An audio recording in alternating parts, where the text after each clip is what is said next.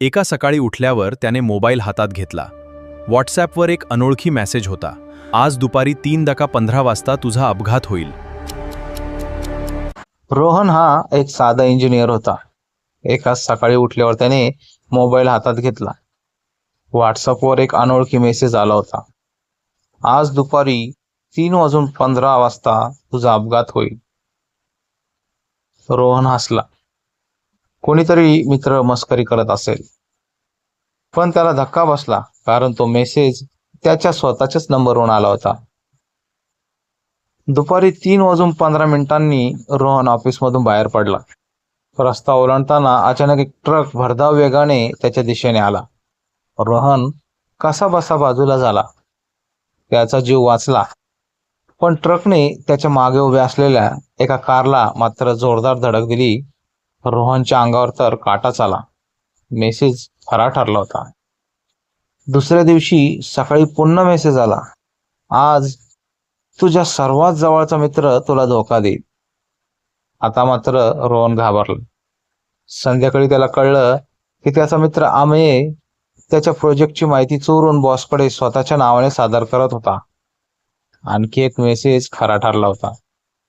आता रोहन रोज मेसेजची वाटच पाहू लागला. तिसऱ्या दिवशी असा मेसेज आला, आईला आज हॉस्पिटलमध्ये घेऊन जा. आणि रोहनने लगेच आईला तपासणीसाठी हॉस्पिटलमध्ये नेलं. डॉक्टर म्हणाले, तुम्ही अगदी योग्य वेळेत आलात. आणखी काही दिवस उशीर झाला असता तर मोठा धोका झाला असता. रोहन हादरून गेला. हे सगळं कोण करत होतं? त्याने नंबर तपासला. नंबर त्याचा स्वतःचाच होता. प्रोफाईल फोटोही त्याचाच होता. स्टेटस पण त्याचाच. फक्त एक फरक होता. फोटोमधला रोहन म्हातारा दिसत होता. एका रात्री पुन्हा मेसेज आला, उद्या रात्री 11 वाजता जुन्या रेल्वे पुलावर ये. रोहन त्याप्रमाणे तिथं गेला. पुलावर कोणीच नव्हतं. अचानक त्याचा फोन वाजला. Video call. कॉलर रोहन. त्याचाच नंबर, त्याचा चेहरा, पण 10 वर्षांनी वृद्ध झालेला. स्क्रीनवरील व्यक्ती म्हणाली, मी तूच आहे, मात्र 2036 मधला रोहन आहे.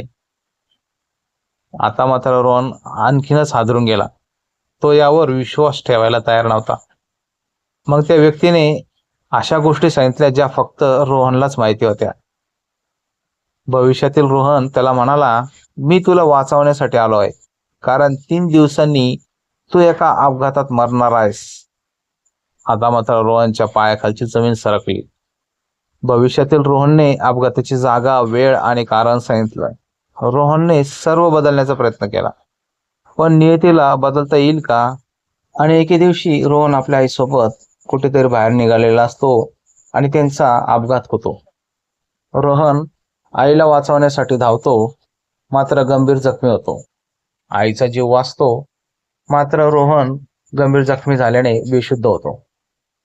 हॉस्पिटलमध्ये शुद्धीवर आल्यावर तो फोन उचलतो. त्यावर पुन्हा एक मेसेज आलेला असतो, धन्यवाद. रोहन घाईघाईने रिप्लाय करतो, तू कोण आहेस? पण त्या नंबरचं व्हॉट्सअप अकाउंट गायब झालेलं होतं, कधीच ऑनलाईन न येण्यासाठी. मित्रांनो, काही प्रश्नांची उत्तरं आयुष्यभर मिळत नाहीत, पण तीच उत्तरं आपलं आयुष्य बदलून जातात. मित्रांनो, आता आपली मराठी मीडिया लॉंग व्हिडिओ सेक्शनमध्ये जुनी बालभारतीमधील धड्यांबरोबरच अशा प्रकारच्या भयकथा, पौराणिक कथा तुम्हाला ऐकायला मिळतील. त्यामुळे सबस्क्राईब करण्यास विसरू नका. धन्यवाद.